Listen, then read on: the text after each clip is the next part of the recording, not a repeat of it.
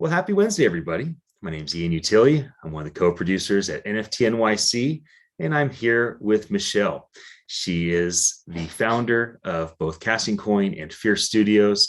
And from what I understand that you are working on, it is very exciting stuff, and I'm glad that you're in the NFT space. Would you please introduce yourself to everyone? Sure, thanks. Yeah, I'm Michelle McCormick.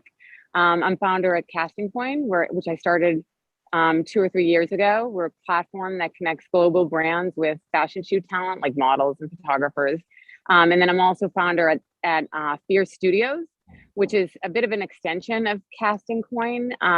We are ultimately building a metaverse of photo studios where fashion shoots will take place, people will network, hang out. The Genesis drop is Fierce Models, which is a PFP collection of 10,000 NFTs based on 10 real Casting Coin fashion models. And so we're dropping that before Christmas, let's say. That's great. Well, let's talk a bit about community, because you've been developing community in a centralized fashion in the fashion space with models, and now transitioning into this Web3 space with NFTs and approaching decentralization. Talk a bit about community and what your thoughts are on community development. Well, I've built a few communities in my career, and all actually online. And so it's no matter what it is, it all has like the same basic ingredients, which is, well, first of all, having value, obviously. And I'd love to give you some ideas that haven't been said all the time, but I don't have them because it's just some basic things, like having value for the community and having a place for them to meet seamlessly, having, a description of the community that makes sense, and then having engagement. And like that last piece, yes, that's a tough nut to crack. But once you crack it, which I have been lucky enough to do that in my career, it's so exciting, and it starts to sort of run itself. Not that you don't have to maintain it. You absolutely have to maintain it. There has to be somebody sort of in the background, but you do also have to let go a bit and let the community feel like they own the community as well. When that happens, you're really successful. Yeah. Well, let's talk a bit about technology. You're getting ready to do a drop. You obviously have had to lean on the tech that's available to do this PFP project.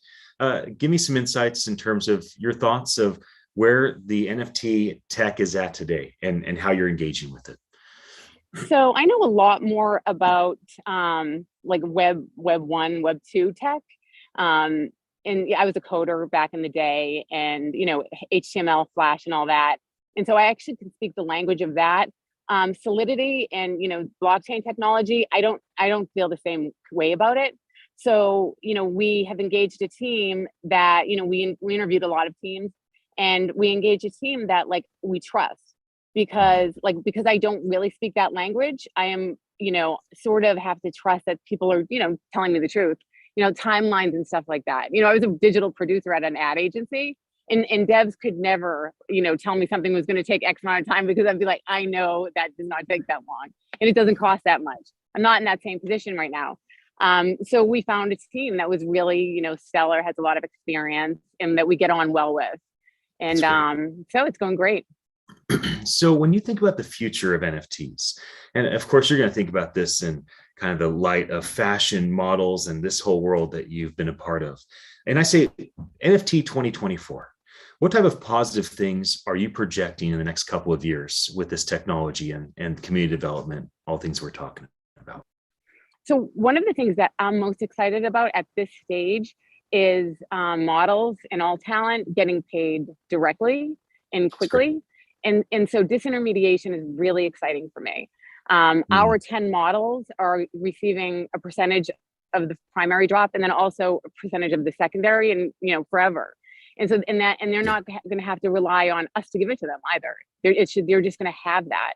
And like that is so exciting for me in every industry, not just fashion, like removing the middle person and allowing people to have direct relationships with the people that are hiring them, or who they're buying something from.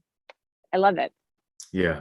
Well, I think all artists love that opportunity, and models, anybody in the fashion industry is an artist. There's so many things Of available course. to the musicians over the last half century that have not been made available to other artists that now are opening up because of this.